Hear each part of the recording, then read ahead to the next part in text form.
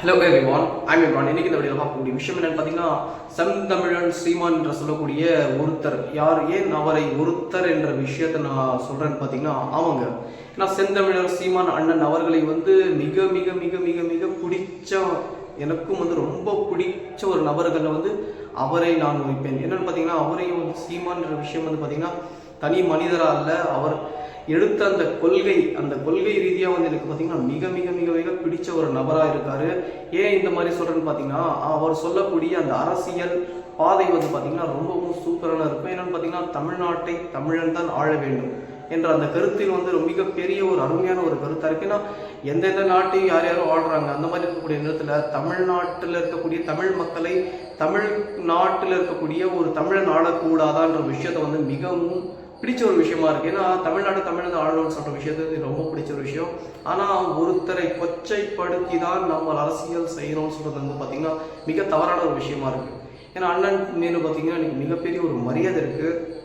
அதற்காக தான் இந்த மாதிரி பேசிட்டு இருக்கேன். இதற்காக பார்த்தீங்கன்னா அவர் சமீபமாக பேசக்கூடிய அரசியல் பார்த்தீங்கன்னா மிகவும் ஒரு கேள்விக்குறையான ஒரு அரசியலாக இருக்குது.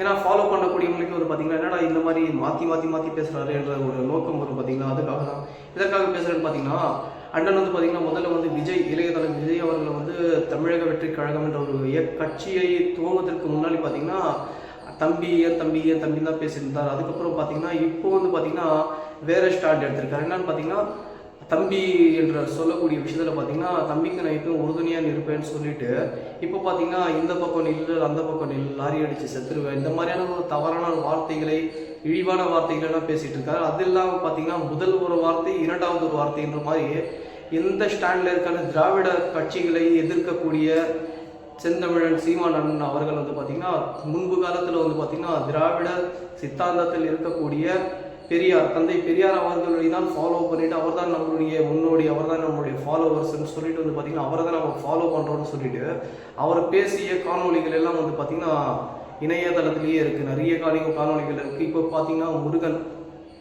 முருகன் தமிழ் கடவுள் முருகன் சொல்லக்கூடிய அவர்களை பார்த்தீங்கன்னா தமிழர்கள் அவர்களை ஒரு கடவுளாக பார்க்கிறாங்க. அவரை மிகவும் கொச்சையான ரொம்பவும் இழிவுபடுத்தக்கூடிய முறையில் பேசியிருக்காரு. அந்த நிகழ்வுகள்லாம் நடந்திருக்கு, அதெல்லாம் மறுக்க முடியாது. பார்த்தீங்களா, இந்த மாதிரி பேசிட்டு மாற்றி மாற்றி மாற்றி மாற்றி மாற்றி பேசக்கூடிய விஷயம் என்னன்னு சொல்றது ஒன்றுமே புரியல. ஏன்னா ஃபாலோ பண்ணக்கூடிய அவர்களுடைய தம்பிகளுக்கு இந்த விஷயம் போய் சேரணும். உங்கள் அண்ணன் சரியான பாதையில் இருக்காரா, இல்லை உங்களை ஊழலை சலைவை செய்கிறாரான்னு கொஞ்சம் யோசிச்சு பாருங்க. ஏன் சொல்கிறேன்னா, முதல்ல ஒரு ஸ்டாண்ட் எடுக்கும்போது பார்த்தீங்கன்னா ஒருத்தர் ஹிந்துவாக இருக்காரா, அவர் மதத்தை அவர் ஃபாலோ பண்ணுகிறார். ஒருத்தர் இஸ்லாமிய மதத்தை ஃபாலோ பண்ணுறார். ஒருத்தர் கிறிஸ்தவ மதத்தை ஃபாலோ பண்ணுகிறார். அவரவர்களுக்கு எந்த மதத்தை பிடிச்சது செஞ்சுட்டு போகிறாங்க. நாத்திகம் என்று சொல்ல விஷயம் பார்த்தீங்கன்னா, பெரியார் எந்த மதத்தையும் பின்பற்றாதே என்று சொல்லலை. மதத்தை பின்பற்றுறதுலேருந்து பார்த்தீங்கன்னா அந்த மதத்தில் இருக்கக்கூடிய மக்களை இழிவுபடுத்தாதீங்கன்னு தான் சொல்லியிருக்காரு. அதை தவிர தவறாக பிடிச்சிட்டு எந்த மதத்தையும் ஃபாலோ பண்ணாதீங்க, கடவுள் மறுப்பு, கடவுளே இல்லைன்றத மறுப்பு சேர்ந்துக்கிட்டு சிலர் பேசக்கூடிய பிற கடவுள்களை நீங்கள் திட்டவே கூடாது. மிகப்பெரிய ஒரு தவறான விஷயம். அந்த விஷயத்த சீமான் அவர்களும் முன்பு காலத்தில் செஞ்சுட்டு இருந்தார்.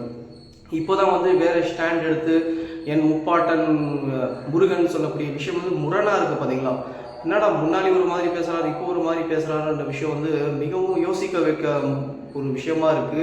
இதை பற்றியான உங்களுடைய கருத்துக்களை மறக்காம கமெண்ட் பண்ணுங்க. ஏன் இந்த மாதிரி இவர் உலர்லாம் எனக்கு புரியல. ஏன்னா இவங்களை ஃபாலோ பண்ணக்கூடிய அந்த தம்பிகள் கொஞ்சத்துக்கு கொஞ்சம் சிந்திங்க.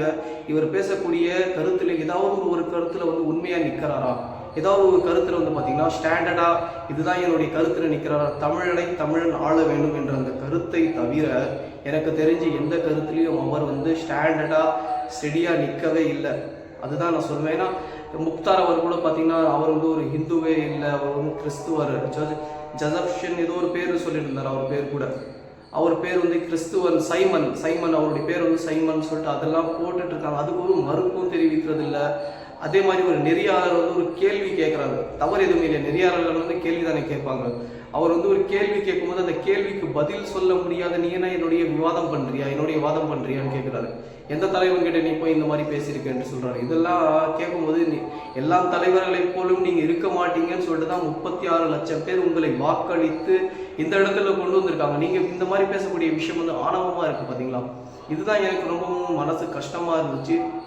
அதற்காக தான் இந்த ஒரு வீடியோ. பிடிச்சிருந்தா லைக் ஷேர் அண்ட் சப்ஸ்கிரைப் பண்ணுங்கள். எதற்காக அண்ணன் இந்த மாதிரி பேசுகிறான்னு சொல்லிட்டு எனக்கு தெரியல. உங்களுக்கு தெரிஞ்சால் மறக்காமல் கமெண்ட் பண்ணுங்கள். யாரையும் இழிவுபடுத்தி நாம் வளரணுன்றது அந்த வளர்ச்சியே அல்ல, அதுதான் சொல்ல போகிறேன். இந்த அண்ணன் கூட சொல்லியிருப்பார் என்னன்னு பார்த்தீங்கன்னா, என் தாய் நல்லவர்ன்றதுக்காக மற்ற ஒரு தாய் வந்து குறைவு கூடக்கூடாது. எதற்காக சொன்னாங்க பார்த்தீங்கன்னா, மொழி ரீதியாக சொல்லியிருந்தாரு. என்னுடைய மொழி நல்லதுன்னு சொல்லிட்டு மற்றவங்களோட மொழி வந்து இழிவுபடுத்தவே கூடாது. அந்த மாதிரி தான் உங்களுடைய கொள்கை சரி என்றால் அந்த கொள்கையை மட்டும் நீங்கள் சொன்னால் போதும். மற்ற கொள்கை வந்து சரியில்லை, அது வந்து சரியில்லைன்னு சொல்கிறது விஷயம் பார்த்தீங்கன்னா மிகவும் தவறான விஷயம்.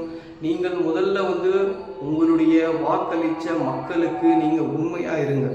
ஏன்னா அவர்களுடைய வாக்கையை வாங்கிக்கிட்டு அவங்களுடைய கடவுள்களையே திட்டுவது, இஸ்லாமியர்களை கூட பார்த்தீங்கன்னா சாத்தான்களுடைய பிள்ளைகள்னு சொல்லியிருக்காங்க. இதெல்லாம் என்ன கொடுமைன்னு ஒன்றுமே புரியல. இவர்களுக்கும் வந்து 36 லட்சம் பேர் வாக்களிச்சிருக்காங்க. முன்புக்கு முரணாக பேசக்கூடுவது விஷயத்தை முதல்ல நிறுத்துங்க.